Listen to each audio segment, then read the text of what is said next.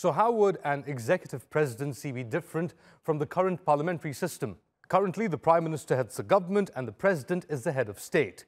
Under the new system, the post of Prime Minister will be scrapped and the presidency will be empowered. The President will also have the authority to appoint cabinet ministers and some positions in the judiciary.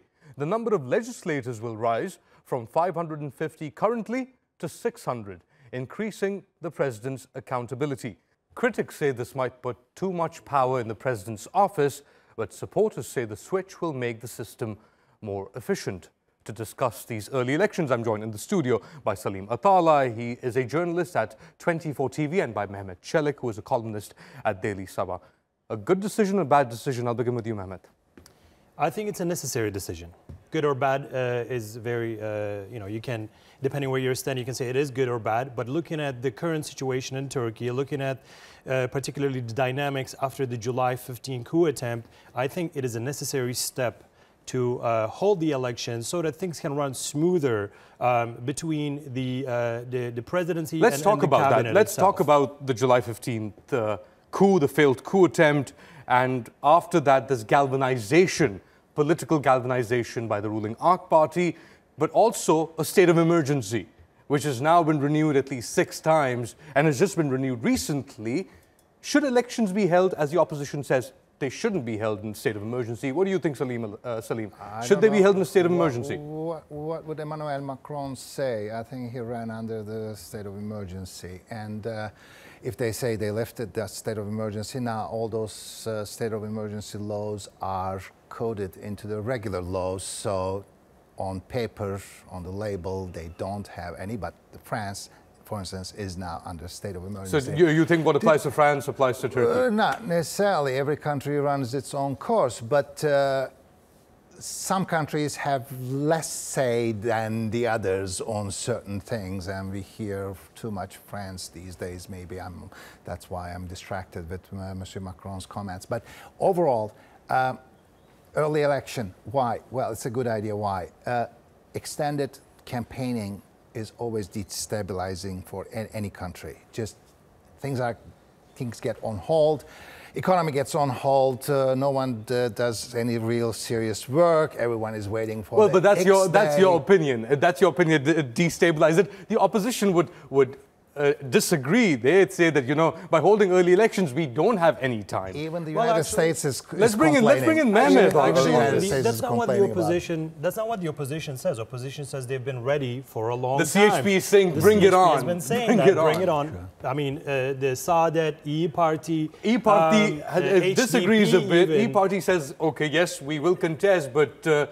They haven't had time to prepare for it at all now. Well, they said that they've been ready and they are ready to face the challenge. However, it is up to them to actually For the benefit of our viewers, the E-Party led by Meral Akşener is an offshoot of mostly MHP nationalist activists who have formed this new party, but they've gained a lot of traction, not just within the MHP, but also CHP. Salim.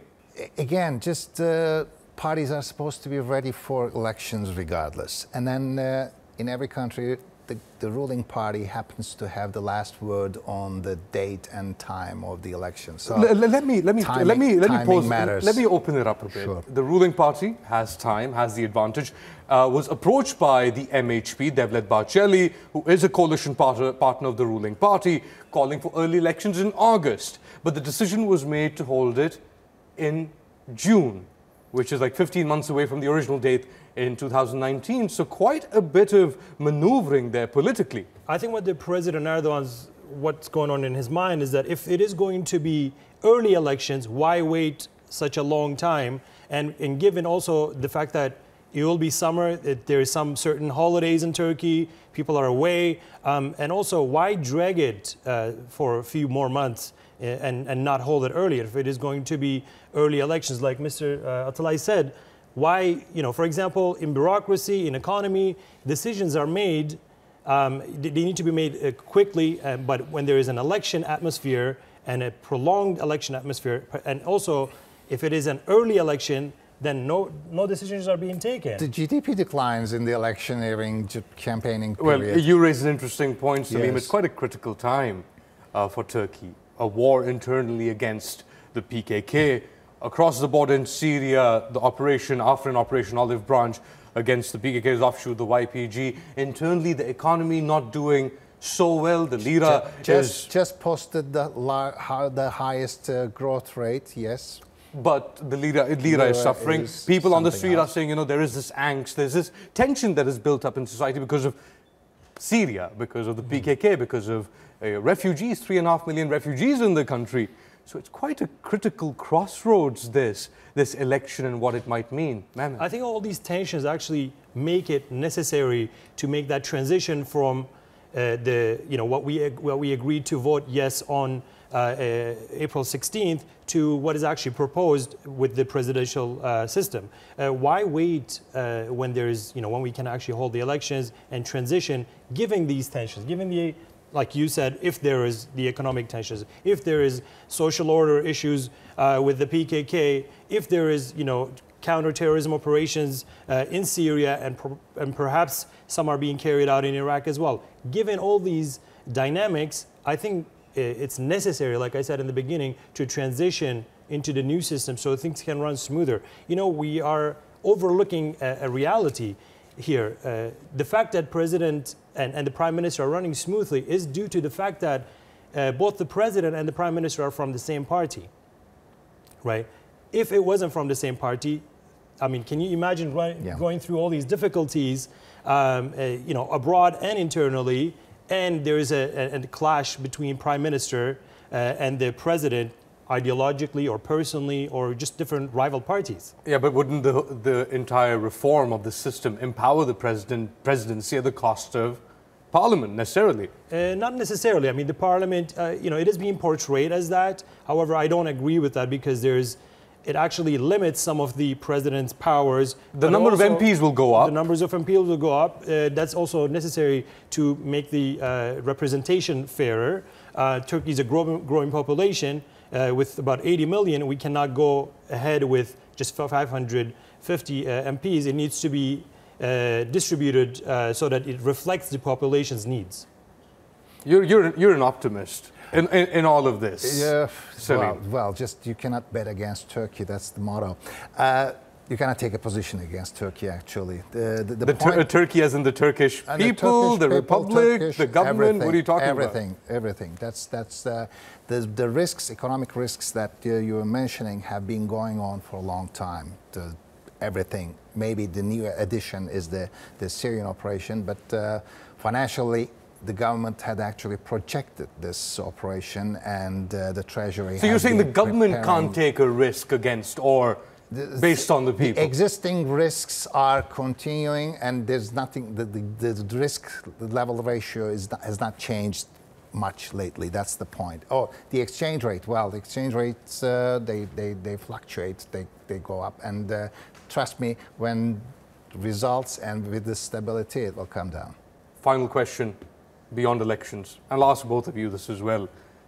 Day after the election, months after the election, these reforms that were initiated with the referendum had to continue till 2019. So there was ample time for these reforms. Now, what do we expect? What happens now? Because the country has to make a transition, but 15 months earlier than expected. Well, some of the necessary adjustment laws are going into the Parliament actually as early as next week. This is what the AK Party said. They are discussing it with the MHP. But of course, there is more adjustments laws that needs to be in place, and that will be spread through the time. And let's not forget, the judiciary is still impacted from most of the positions aren't filled after the coup, after the judges were removed that were suspected to have links with the Feto terror group. So there are a lot of gaps in the system. I don't actually agree with that point, because the recovery in that sense has been rather quicker.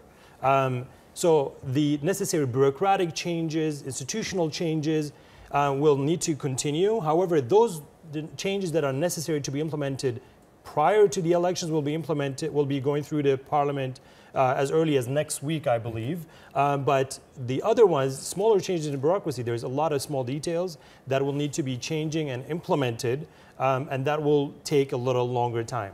Again, economy is the key. When there's political stability, economy performs stably and more. And vice versa. Exactly. So we are projecting a politically stable period. So back to your 15 months question.